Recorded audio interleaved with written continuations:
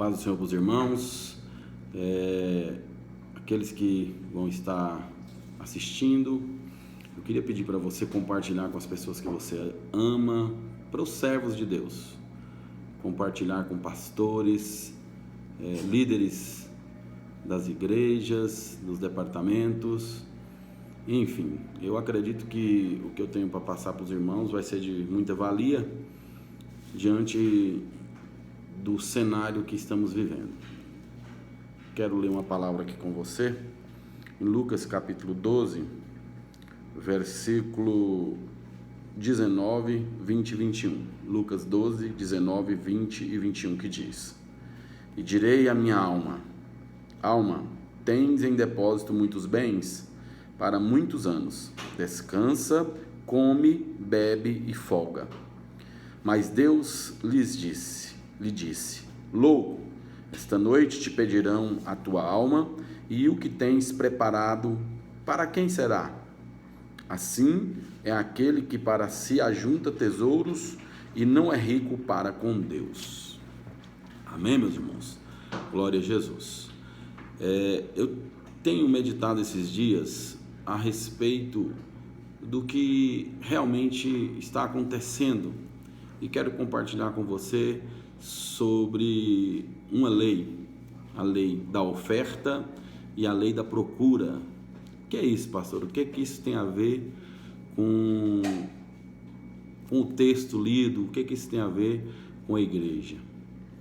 As pessoas que você vai pedir para que assistam esse vídeo, e eu vou tentar ser breve, eu vou tentar não ser muito extenso, mas eu preciso falar algumas verdades.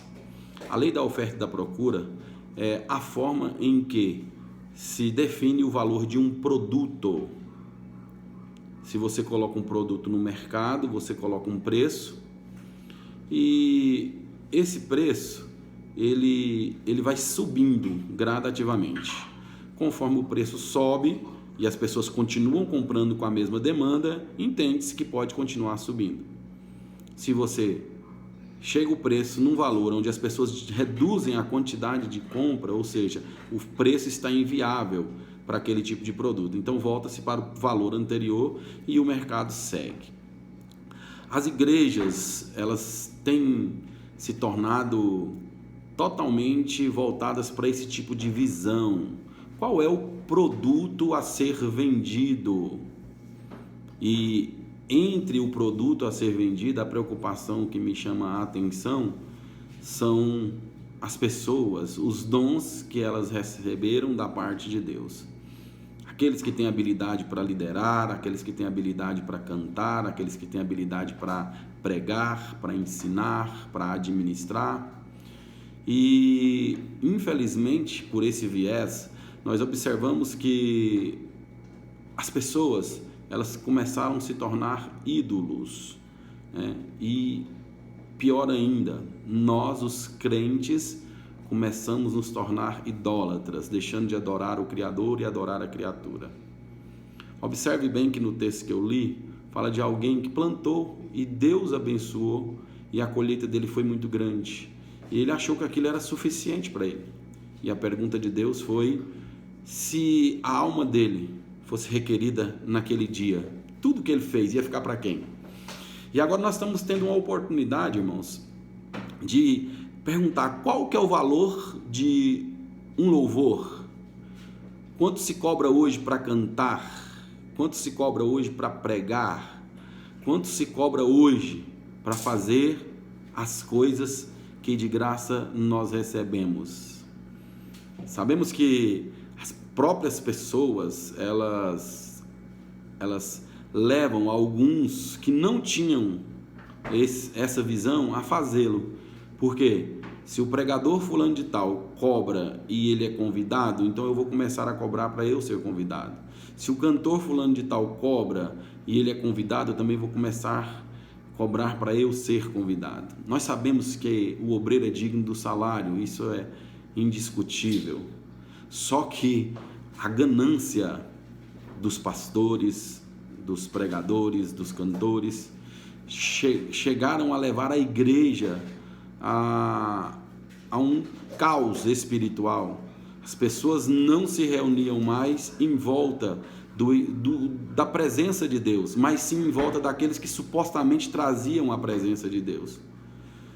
Então, o que eu chamo a atenção da igreja hoje é quando acabar tudo isso. Por exemplo, cantores e pregadores que cobravam valores altíssimos para pregar e cantar, cadê eles? Então, hoje, se você tiver a oportunidade de ir para uma igreja, você não vai por causa deles mais, você vai hoje para ouvir a palavra de Deus, independente de quem estará pregando. Por quê? Porque nós fomos impedidos de estar nas nossas igrejas, nos nossos templos, reunidos para adorar a Deus. As multidões se aglomeravam em volta de ídolos que foram criados por nós, pastores. Eu chamo a sua atenção agora, pastor. Imagine se, quando acabar todo esse processo, se assim Deus permitir realmente acabar, por que vamos continuar pagando altos cachês, fazendo contratos com pregadores, com cantores, onde esses homens têm empresários para poder cuidar de suas agendas? É surreal. O evangelho de Jesus Cristo foi pregado por ele mesmo e pelos apóstolos, e a visão não era essa. Mas a ganância de muitos pastores por ver homens que são empresários do reino de Deus, contratando pessoas para aglomerações inúmeras de pessoas ditas servas de Deus, começaram a copiar. E nós temos que atentar para isso hoje, e quando voltarmos a abrir os nossos templos para reunir os nossos membros, conscientizá-los de que a presença real tem que ser a de Jesus Cristo de Nazaré e não de homens e mulheres. Ensiná-los que, independente de quem seja o canal que vai ser usado por Deus, nós precisamos estar lá para adorá-lo, adorar o Senhor Jesus, o Senhor daquele servo. Shows são feitos dentro de igrejas, cachês são cobrados, contratos são assinados. E aí o que acontece? Pessoas que não tinham esse perfil se levam por quê? Porque o pastor da igreja fulana de tal pagou para o cantor, para o pregador fulano de tal. E agora eu também estou indo lá. Cria-se uma expectativa de que eu vou receber a mesma coisa. E quando eu não recebo, eu frustro. E a minha frustração me faz começar a cobrar. E a lei da oferta e da procura. Se eu sou um bom pregador, fiquei famoso, conhecido, agora eu vou colocar o meu preço. Cuidado, meu irmão, você que me ouve agora, cantor, pregador. Deixe as pessoas ofertar para você. A oferta é algo voluntário. É algo voluntário. A oferta não é imposta. Se você impor um valor, você está cobrando pelo seu ministério, pelo seu chamado. E a igreja não queira aceitar isso mais. Se você souber que o seu pastor voltou a tomar esse tipo de atitude, chegue nele e diga que não é para ser administrado dessa forma. Agora, se a igreja tem condições de abençoar o cantor, o pregador, o faça. E eu tenho certeza que o Deus a quem nós servimos vai se agradar de nós, porque nós vamos abençoar as pessoas, honrar aqueles que têm honra.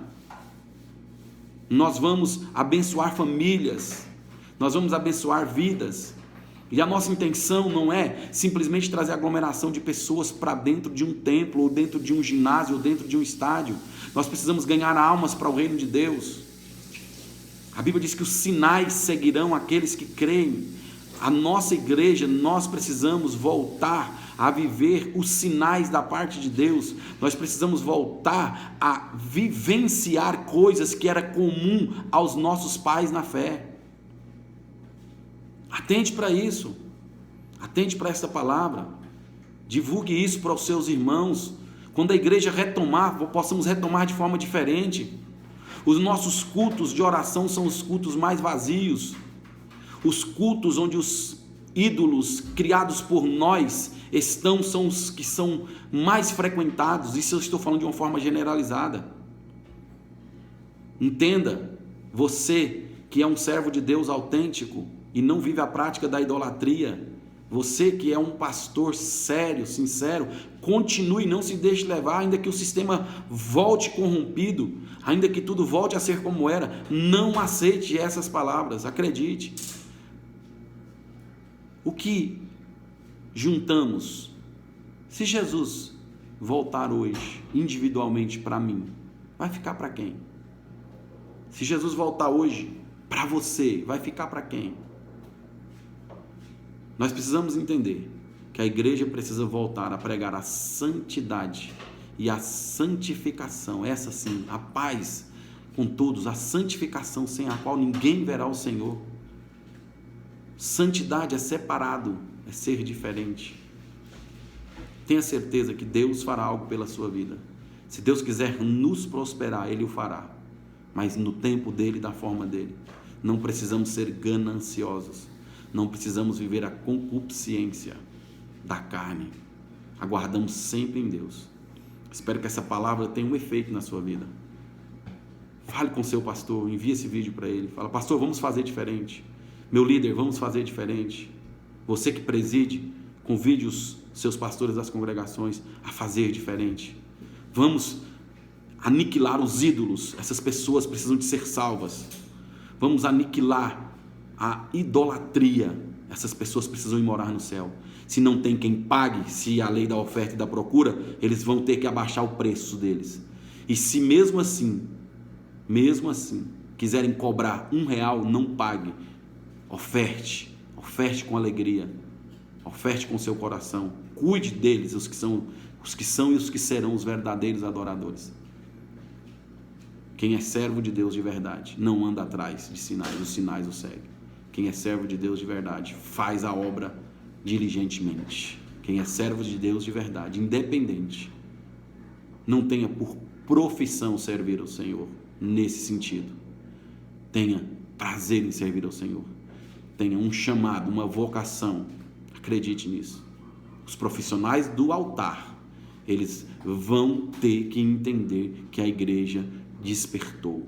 Em nome de Jesus, não vamos viver isso mais. Tá bom? Deixa essa palavra para você. Eu quero fazer uma oração e deixar vocês todos na paz do Senhor. Senhor Deus, eu oro agradecido por essa oportunidade, por ter transmitido essas verdades àqueles que ouvirão. Que o Senhor possa, Deus, ser com esta casa, com essa família, com essa pessoa que me vê e me ouve. E que o Senhor, Pai, continue sendo glorificado para a honra e a glória do nome de Jesus. Perdoa, Pai. Perdoa a tua igreja. Perdoa o teu povo.